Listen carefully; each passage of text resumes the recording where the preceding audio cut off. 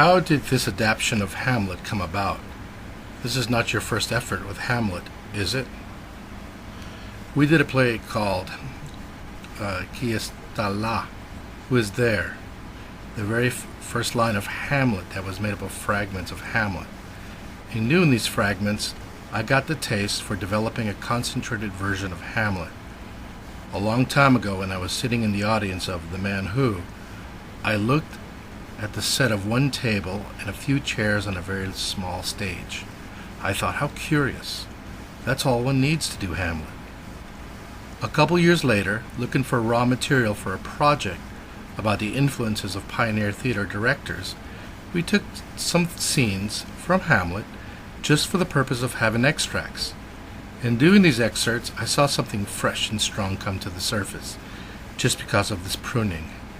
And I thought that one day it would be interesting to study the play and make it into a complete concentrated form.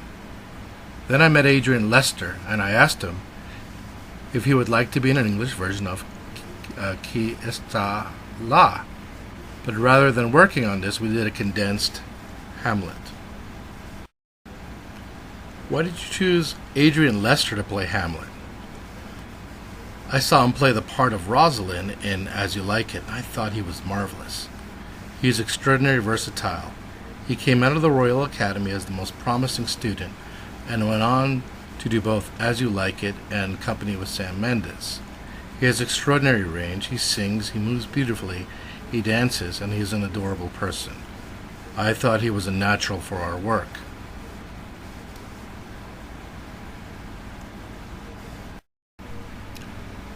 You changed the order of the play, putting the to be or not to be speech in a different place, for example, and you changed the ending. Why? Of course, it is all for a very precise reason, to make you see a new play.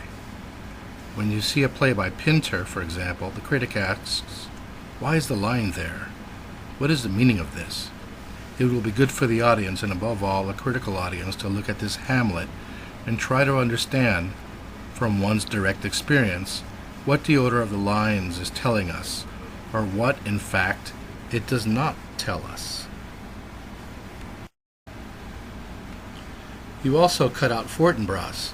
Are you not interested in any of the political aspects of the play?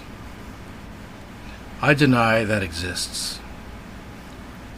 In the 1960s, there was a reaction against the complacent bourgeois theater, and the aim was to rediscover political implications in Shakespeare that had been forgotten for centuries. The idea that if you take Fortinbras out of Hamlet and you lose the political dimensions is just a throwback to the 1960s. If you look at the play very coolly, there is nothing in the whole story of Hamlet that links his tragedy to political questions. There is a court, and in a court, naturally, there are court plots, and there is a king who is suspicious of a potential rival. But that does not make it a political play. Coriolanus is a political play because the protagonist is involved in choices that are political.